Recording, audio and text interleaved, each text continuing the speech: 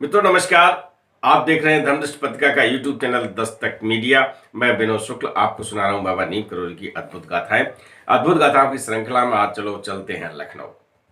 लखनऊ में महाराज जी का ऑफिस है। मैंने दिखाया आपको जो सूरज नारायण मेहरोत्रा का मकान है ना। मैंने पूरी तरह से आपको उनके पुत्र अमरनाथ मेहरोत्रा का इंटरव्यू दिखाया। काफ़ी सीरीज हैं। एक सीरीज में पूरे काफ़ी वीडियो हैं, उसमें आपने देखा होगा। तो अमरनाथ के पिताजी सूरज नारायण मेहरोत्रा और केहर सिंह जी, आईएएस के केहर सिंह, दोनों लोग ये सोचते हैं कि चलो महाराज जी के दर्शन कराएं। पता ये चला कि वो कानपुर में है। मंत्रणा होती है, गाड़ी आ जाती है, आप उनके घर से निकलते हैं और आलमबाग की तरफ चल पड़ते हैं। आलमबाग से थोड़ा सा आगे चलते हैं तो उन्हें ये आंधी आती ना, और आंधी में कभी कभी आपने ये देखा होगा कि वो एक घूमती हुई हवा चलती है, ऐसे ऐसे ऐसे ऐसे, खूब उसमें धूल सी और वो दिखाई पड़ती है। तो और वो इतने वेग से है, आगे का कुछ दिखाई नहीं पड़ रहा। ड्राइवर से कहते हैं गाड़ी साइड से लगाओ। गाड़ी साइड से लगाई, एक पेड़ के नीचे गाड़ी खड़ी कर दी। दोनों भक्त गाड़ी से उतर के खड़े हो जाते हैं और उन्हें डर ये लगने लगता है कहीं ऐसा ना हो कि ये पेड़ टूट के गिर जाए, गाड़ी में दब जाए, कुछ हो जाए। 8-10 मिनट ये स्थिति रहती है। वो लोग खड़े रहते हैं। फिर वो जब वो बवंडर शांत होता है, वो आंधी शांत होती है, तो कहते हैं भैया ऐसा करो यार, आज नहीं चलते। मन बदल जाता है। होता क्या है कि जब हम लोग कहीं किसी अच्छे काम के लिए जाते हैं और बिल्ली रास्ता काट जाए, कहते यार अब नहीं नहीं यार, है ना। कोई खाली बाल्टी लिए हुए निकल जाए, यार ये क्या किया था, और इनको अपशगुन मानकर काम खत्म कर देते हैं। लेकिन उनके कुछ अर्थ कुछ और होते हैं। बिल्ली समाज में रहेगी, हमारे घर के आसपास रहेगी, तो बिल्ली तो निकलेगी ना। चलिए सतर्क हो जाना चाहिए, ठीक है ना। तो उस बवंडर को ऐसा आदेश मानकर, या उनके हृदय में जो बातें उठी, उन भावनाओं पर विचार करके दोनों मित्रों ने ये कहा कि चलो अब वापस चलते हैं। गाड़ी मोड़ दी गई और सूरज नारायण मेहरोत्रा के घर दोनों मित्र पहुंच गए।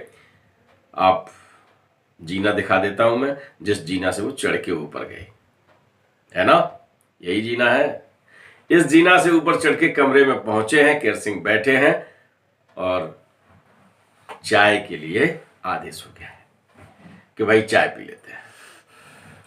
चाय उधर बन रही है, तभी नीचे से आवाज आती है, बाबा जी आ गए, बाबा जी आ गए, बाबा जी आ गए।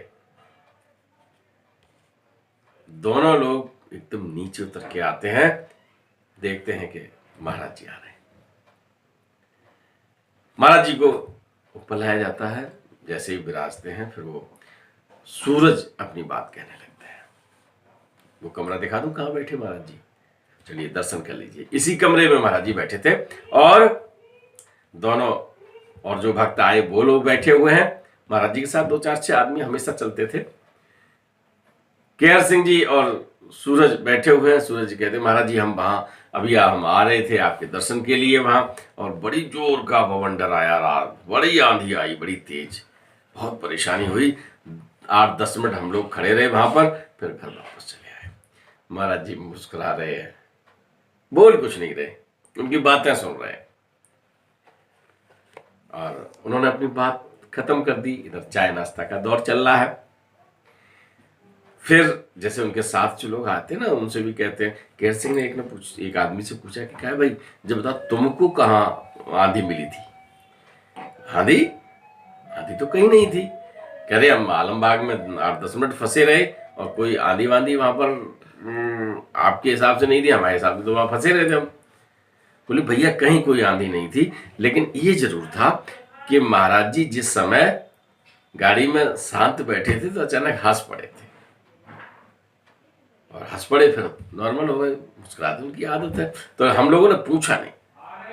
तो हुआ क्या? हुआ यही था कि महाराज जी इस बात को देख रहे थे, क्योंकि अगर ये लोग कानपुर चले जाते लखनऊ से और महाराज जी कानपुर आ रहे, लखनऊ आ रहे थे कानपुर से, तो न दर्शन नहीं होता, मिलन नहीं हो पाता। तो महाराज जी ने अपनी लीला से उनको रोक दिया, यहाँ पर आ गए, उनकी जो दौड़ थी ना वो बच गई। तो ऐसी लीलाएं हुआ करती थी। और जिस तरह से IAS केहर सिंह और जेल इंडस्ट्री के डायरेक्टर, बड़ा पद है उस समय उत्तर प्रदेश का, तो वो सूरज नारायण जी थे, दोनों मित्र बवंडर से निकले। तो महाराज जी भी आपकी जिंदगी में कोई आंधी हो, तूफान हो, बवंडर हो, वो सब समाप्त कर दें और सुखों की बरसात कर दें। कथा आपने सुन ली है और 1 मिनट में और आपका चाहूंगा। आपने पूरा वीडियो देखा है तो इसका मतलब है कि आपको महाराज जी में गहरी रुचि है।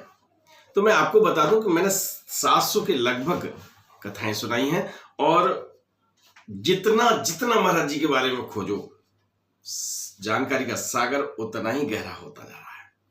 तो मैं ये सब और बहुत कुछ महाराज जी के बारे में लिखित में अब जानकारी भी दे रहा हूं, क्योंकि धर्मदृष्टि पत्रिका विभिन्न विषयों पर निकल रही थी। मैंने उसको महाराज जी को समर्पित कर दिया है, 4 अंक निकाल चुका हूं। प्रकाशित 4 अंक सदस्यों के लिए हैं और हम विश्व के 23 देशों में और देश के प्रत्येक राज्य में प्रिंट रूप में या डिजिटल रूप में पत्रिका आप सबके घर में पहुंच रही है। पत्रिका में विशेष जानकारी महाराज जी की है, पूरी की पूरी उसी को समर्पित है। पूरी पत्रिका में केवल महाराज जी का पूरा कलेवर है। आप पढ़ना चाहेंगे या परिवार के सदस्यों को भी पढ़ाना चाहेंगे, देख लीजिएगा।